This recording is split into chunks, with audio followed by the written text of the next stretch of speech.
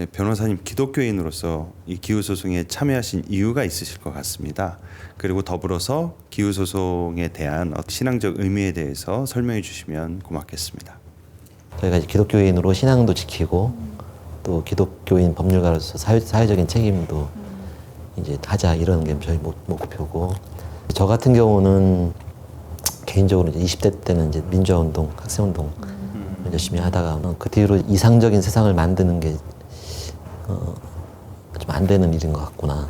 이상적인 세상을 만들 수 있는 그런 인간이 되기가 좀 쉽지가 않구나는 좀 그런 좌절을 겪고, 전 사실 그것 때문에 기독교인이 됐어요. 그 뒤로는 다시 이제 그런 뭐 공익을 위한 그런 운동을 하는 의지를 내기가 쉽지가 않아가지고, 이제 96년부터 변호사를 했는데 20몇 년 동안 착하게 살려고는 했지만 이제 그 공익적인 소송에는 좀 발을 좀 안 들여놨어요.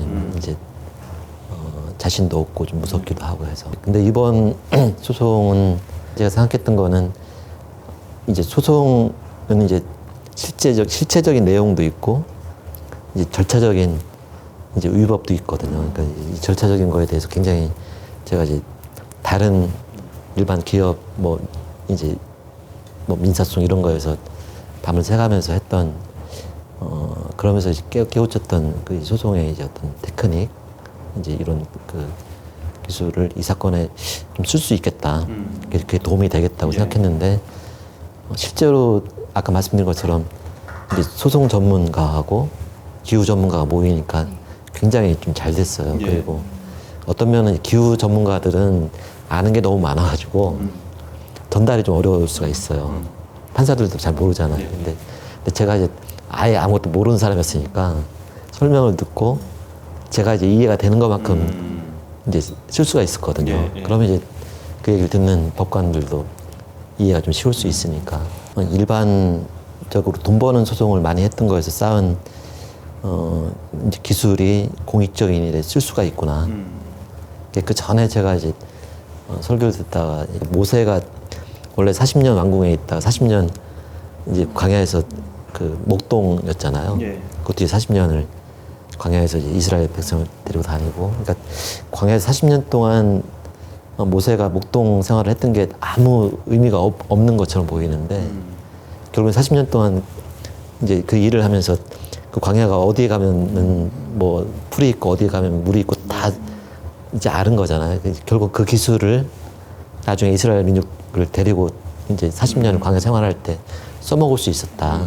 그러니까 지금 이제 우리가 하는 일이 신앙적으로 의미가 별로 없는 것 같고, 무슨 정의를 추구하는 것도 아닌 것 같고, 그냥 나는 이제 돈만 버는 일을 하는 것 같이 생각이 들어도 일을 해서 쌓은 그 습득한 지식이나 기술이 언제 하나님의 일로 쓰일 수 있지 알 수 없는 거 아니냐. 제 경험이 그렇게 된 셈이에요. 그러니까 20 몇 년 동안 그러니까 이제 돈 버는 소송하면서 쌓은 기술을 진짜 중요한 공익적인 소송에 다 이번에 이제 다 퍼부었거든요.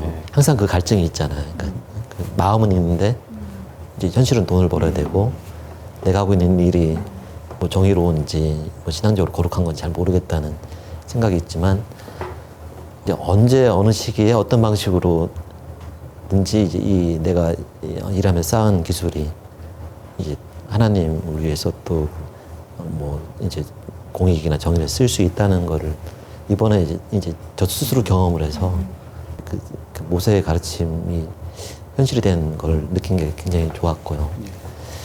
그 다음에 기후 위기에 대해서 아까 말씀드린 것처럼 현재는 민주주의만큼 기후 문제가 이제 커졌잖아요. 이제 기후 문제는 특히 이제 21세기에 들어와서는 아예 또 이제 인류가 전체가 살 수 있냐 없냐는 문제로 민주주의만큼 커다랗게 온 거니까, 이제 이거를 헌법으로 다루고 또 이제 세대 간의 평등, 또 다음 세대가 누릴 수 있는 자유, 또 현재 세대가 누리는 자유는 이제 좀 억제를 해야 되는 거죠. 신앙으로 생각을 했을 때에도 이거는 이제 성경이 얘기하는 이제 그 모든 계명을 지키는 문제와 연결이 된다. 그러니까 일반적으로는 기후 문제 처음 나왔을 때는 안식 계명하고 연결을 해서 얘기하는 분들이 많았어요. 예. 안식일. 그러니까 이제 땅을 계속 쓰지 말라는 거잖아요. 신형처럼. 예, 네. 예, 예. 그러니까 이제 6년 땅을 갈면은 7년째는 놀게 하고 기후위기가 발생한 거는 산업화가 막 달리기 시작해서 그렇거든요. 전에 1도가 올라가려면은 몇만 년이 걸렸는데 지금은 1도가 올라가는데 100년밖에 안 걸린 거예요. 기후위기 발생은 인류가 다스리도록 받은 땅과 지구와 대기에 대해서 이제 쉬지 못하게 하고 안식일 계명을 이제 위반한 그러니까 코로나 때 이제 좀 안식하게 됐잖아요. 거꾸로. 예, 예. 코로나 때 온실가스 배출이 줄었어요, 사실은. 그래도 사람 활동이 주니까. 그래서 기후위기는 사람들이 안식일 계명을 위반한 잘못에 대한 대가다. 그러니까 지금 이제 안식일 계명에 맞는 이제 문명을 만들어야 된다는 건데 아주 비관적이지 않은 것이 길이 좀 이제 열리는 것 같아요. 탄소 중립이라는 게 전 세계 법률이 지금 다 목표를 하고 있거든요. 탄소를 배출하지 않는 문명이 되겠다는 거예요. 중국이 이제 온실가스 배출, 그러니까 그런 재생에너지에 소극적일 것 같지만 중국도 이 전 세계의 움직임이 비탄소 경제로 바뀌었구나라고 생각하고 지금 중국조차도 재생에너지 쪽으로 지금 달리고 있어요. 네. 이게 그러니까 굉장히 빨라요, 의외로. 그러니까 저도 4년 전에 생각했던 거하고 지금이 틀리고 모든 분들의 선입견이 지금 이제 해결이 안 돼요. 그리고 선거 때도 나왔던 R200. 예, 예. 이게 굉장히 중요한 게 어떤 물건을 만들 때 석탄 발전으로 만든 거는 수출을 사질 않겠다는 거란 말이에요, 이게. 그러니까 전적으로 이제 재생에너지 원전도 안 들어가죠. 그러니까 이게 지금 지구의 경제 제도 문명이 어떡할까 고민하는 걸 넘어서 일단 방향은 지금 바뀐 것 같아요. 그러니까 이번 저희 소송에서도 정부의 이제 항변이 산업이 힘들다 이거였는데 많이 줄이면은 저희 주장은 안 줄이면 망한다는 거였어요. 그런 점에서는 안식일 계명을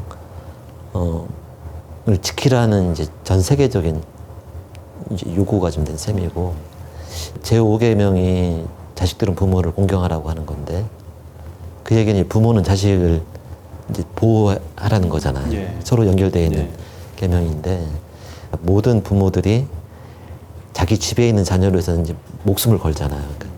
근데 개인적으로는 자기 집에서는 그렇게 자녀의 생명과 안전과 건강과 행복을 위해서 이제 애를 쓰는 부모들이 세대 전체로는 이 자녀 세대를 죽이는 행동을 하고 있는 거예요. 지금 이제 대부분의 사람들이 기후 위기가 있어. 그래 뭔가 해결했으면 좋겠어 하지만 실제로는 액션을 안 취하잖아요.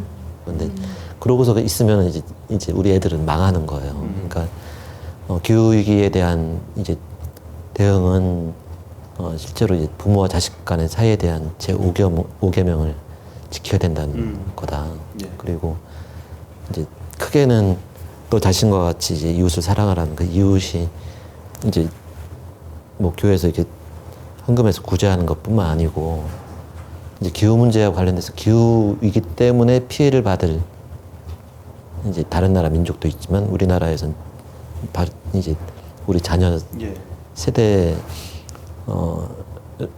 이제 사랑하지 않는 거죠.